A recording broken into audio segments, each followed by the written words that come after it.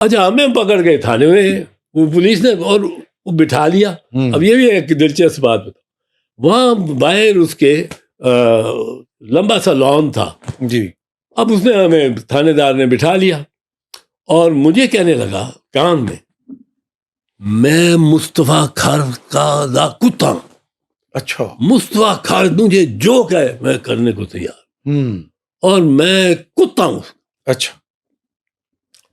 اب میں نے اس کو کہا میں کہ یار مصطفیٰ کھر دینا تو سب کو کہنا جی اس نے مجھے نوکری دی, اس نے مجھے ترقی دی. اچھا. یہ اس کے مرہون میں ہوں. میں کیا وہ مرہون سانو جان دے. اچھا. سر یہ نہیں کر نہیں ہو سکتا, ایک کتا بھی نہیں کر سکتا. تو یہ اب اس میں فاروق لغاری کے ساتھ آپ جو جیل میں رہے تو ان کے ساتھ کیسا ٹائم گزرا آپ کا؟ فاروق لغاری کے ساتھ بہت اچھا ٹائم, بہت اچھا. پر اس کے ساتھ یہ ہوئی جو نظر خیال رہائی کا ذہن میں لا کر جی خود اپنے پاؤں کی زنجیر میں نے بھاری کی, وہ میں نے اس کی مثال دیکھی. اچھا. مئی 25 مئی کو ہمارا ڈیٹینشن آرڈر ختم ہو رہا تھا, ضیاء الحق کے دستخطوں سے ہوا. لیکن ہر دفعہ وہ ایک نیا آرڈر آ جاتا تھا. اس سے فاروق لغاری کے بیٹے نے آ کے, جمال نے غالباً یہ اس کو کہا, فاروق لغاری وہاں سپرنٹینڈنٹ کے کمرے میں گئے ہوئے تھے, میں سیل میں تھا تو میرے سامنے نہیں کہا جی. اس کی ملاقات آئی تھی. انہوں نے کہا کہ آپ کی ابا 25 مئی کو رہائی ہے. اب اس نے فاروق لغاری نے کہا کہ یہ اس کو بھی بتا دو سپرنٹینڈنٹ کو. وہ جب نکلنے لگے اور واپس آنے لگا فاروق لغاری سیل میں تو اسی نے بتایا.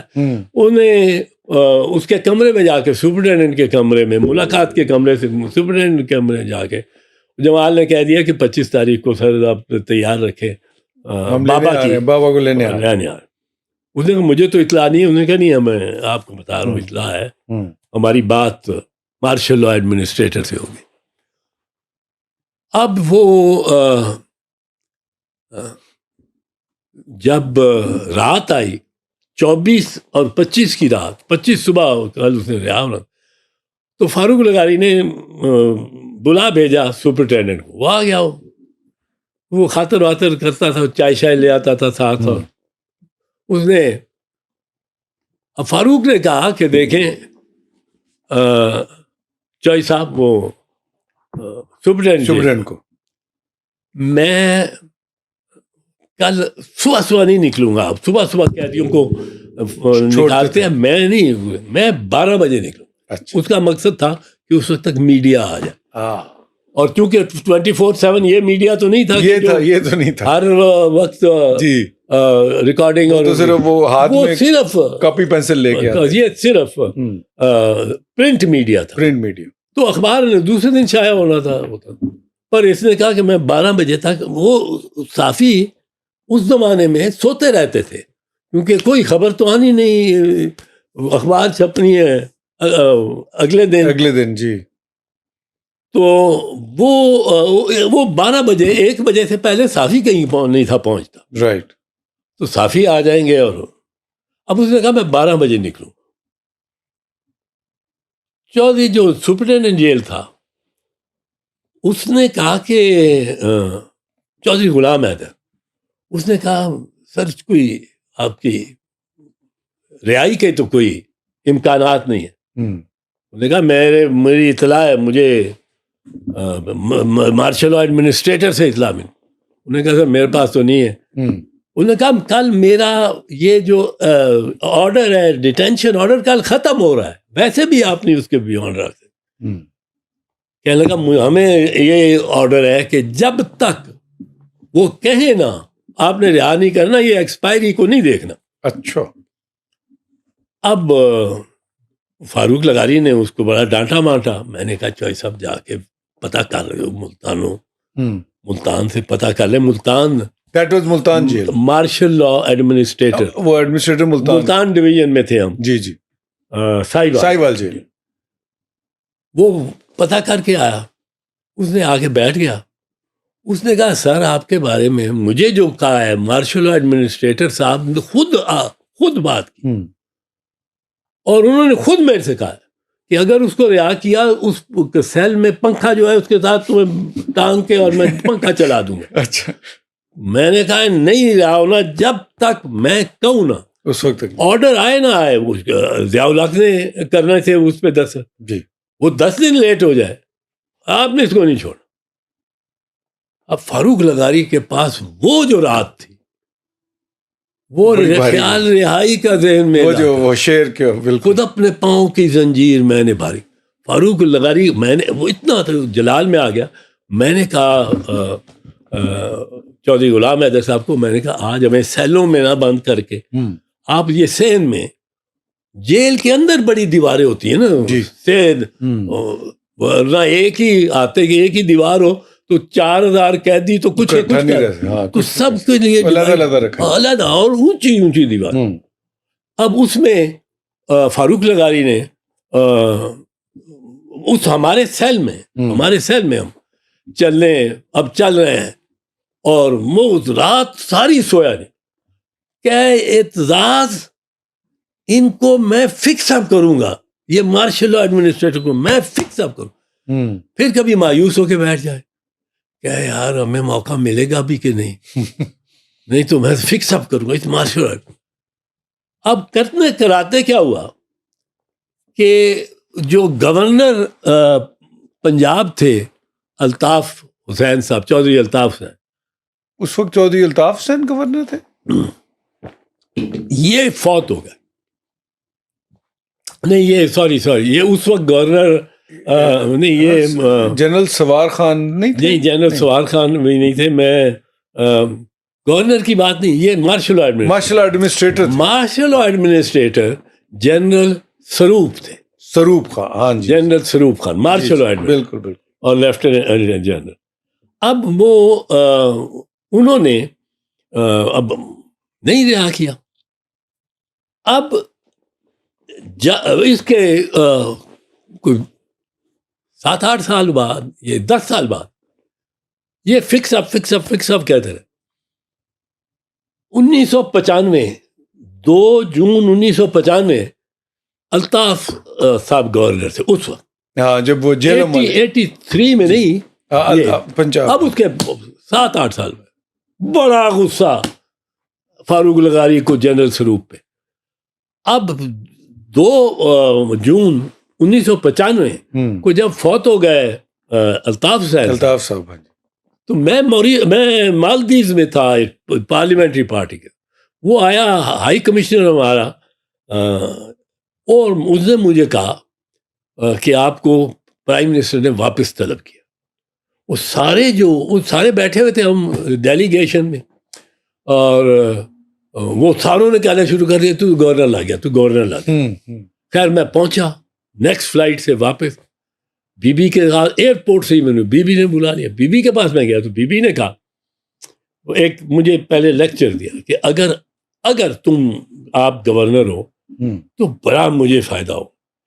پڑھے writers, editors, column writers, reporters, ان سب پہ you will be able to hold them and embrace them. جی, اور ہماری بڑی ہو جائے اچھی, کیونکہ آپ کی سالوں کے ساتھ ان کے بڑے اچھے کے ساتھ تعلقات اچھے. اب میں نے تو اور بشرا بڑی اچھی مہمان نواز ہوگی, اور میں رات کو آ جائے کروں گی سارے کام چھوڑ کے جہاز پہ لے کے, اور آپ کے ساتھ 2-4 گھنٹے گزار کے واپس. تو وہ یہ کہنے لگی کہ will you accept being the governor, آپ گورنر بنو گے؟ میں نے کہا before you change your mind prime minister I accept. اچھا, میں نے کہا اس سے پہلے کہ آپ اپنی بدل لیں فیصلہ, میں ایکسیپٹ.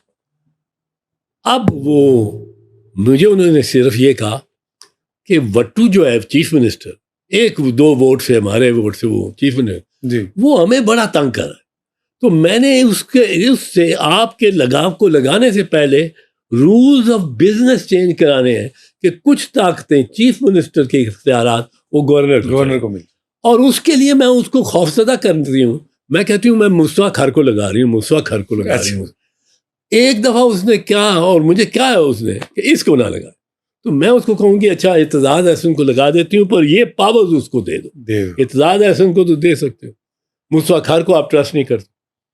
تو اس لیے یہ 2-2.5 ہفتے تاخیر سے آپ کی اپوائنٹمنٹ ہوگی. ٹھیک, آپ اتنی دیر, but you are my governor. اب 2-3 ہفتے میں انتظار کر رہا ہوں, وکالت کر رہا ہوں, میرے کھٹکتا ہے. جب کوئی گورنر کی بات ہوتی ہے, ایک دن میں 21 جون کو میں اسلام آباد میں گیا ہوا ہوں کیسز کرنے, تو میں ٹی وی لگی ہوئی ہے, 9 بجے کا بلیٹن. دوسری خبر,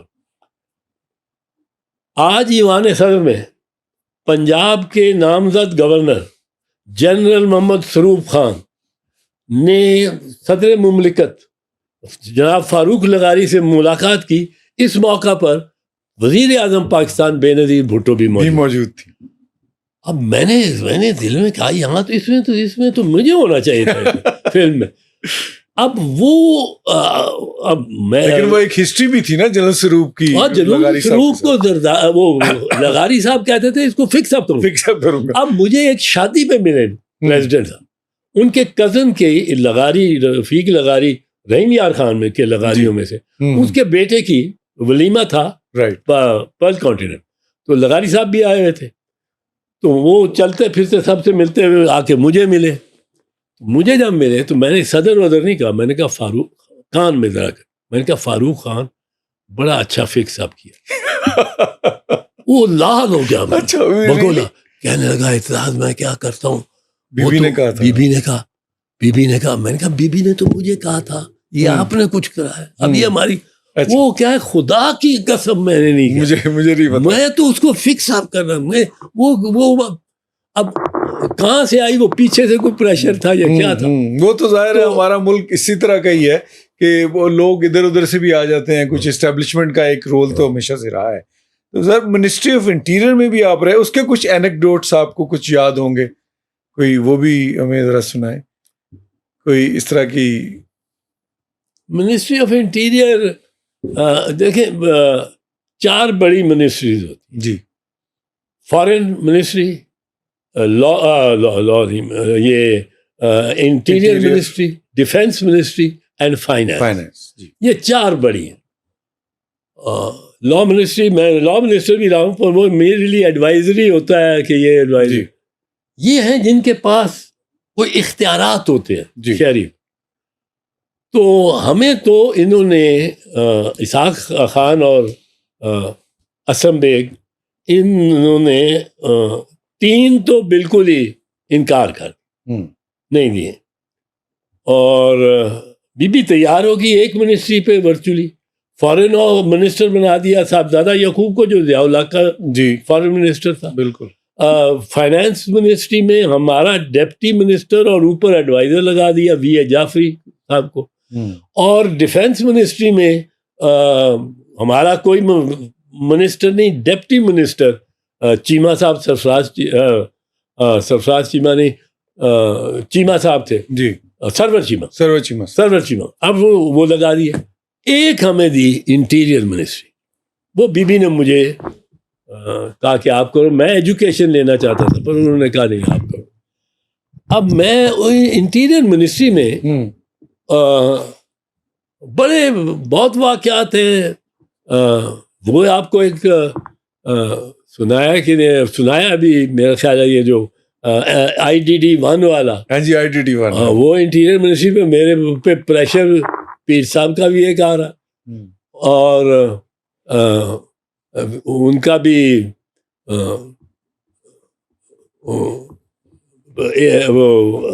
چیف آف آرمی اسٹاف جی, کہ وہ IDD-1 لینا چاہتے ہیں. نمبر کون لینا چاہتے تھے گاڑی کے لیے؟